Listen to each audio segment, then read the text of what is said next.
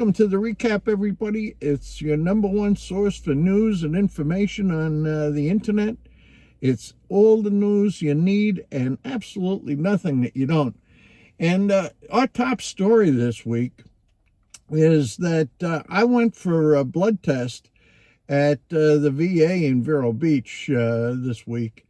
And it's a follow-up from a doctor's visit that I had a month or so ago.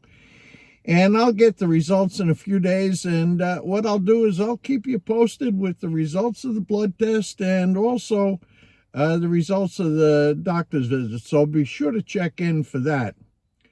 Now, let's go to our feature where we take a look at Vero Beach.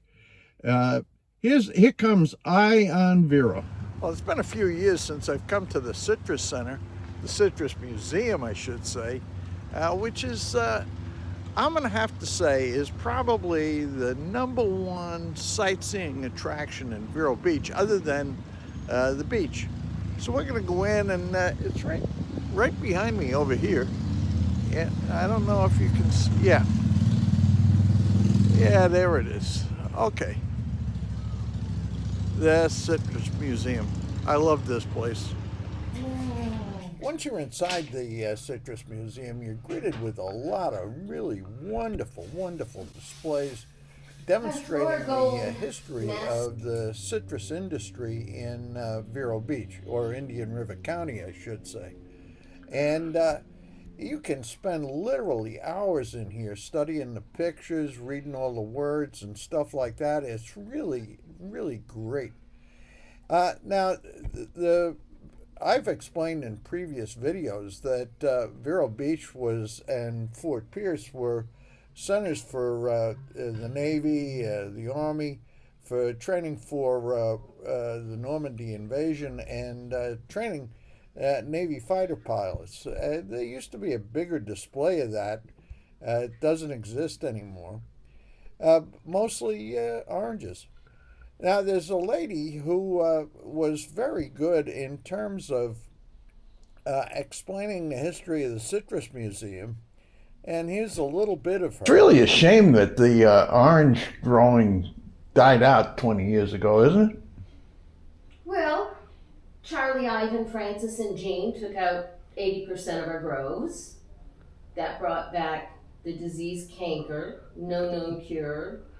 Yeah, it's from China, right? Yep. None of the worldwide clientele except cankered fruit.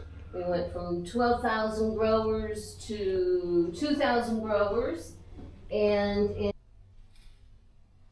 I actually had to stop recording because, quite frankly, I got bored with it.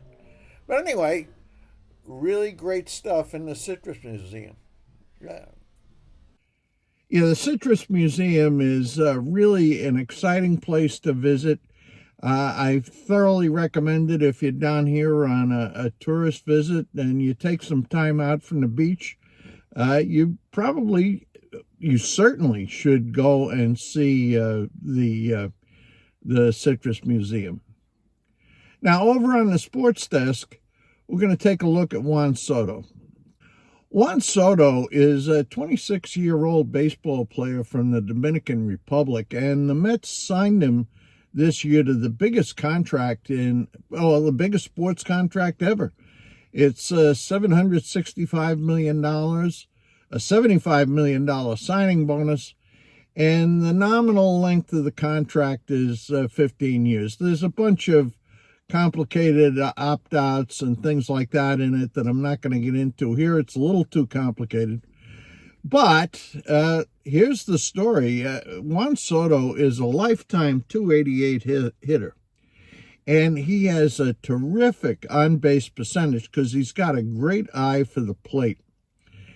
So for the Yankees last year, he actually hit 285, but he had 129 walks.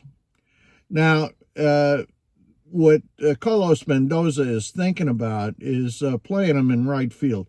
There was an earlier report on ESPN that they was going to play him in left field. I don't think that's true at all. It's not going to happen. Juan Soto, for all of his power at the plate, is relatively poor as an outfielder. But nonetheless, it's going to give us a powerhouse lineup. You got Francisco Lindor, Juan Soto, Pete Alonso, and plus all the others on the Mets that we know and love. So I'm looking forward to it. I think Juan Soto is a player that you're going to really want to pay close attention to this year. He's going to make a big, big difference. Now, that's the news for this week. Check in next week. You're going to want to follow up on this blood test, and I'll have that, and I'll have plenty more reports for you. So see you next week. Everybody take care out there.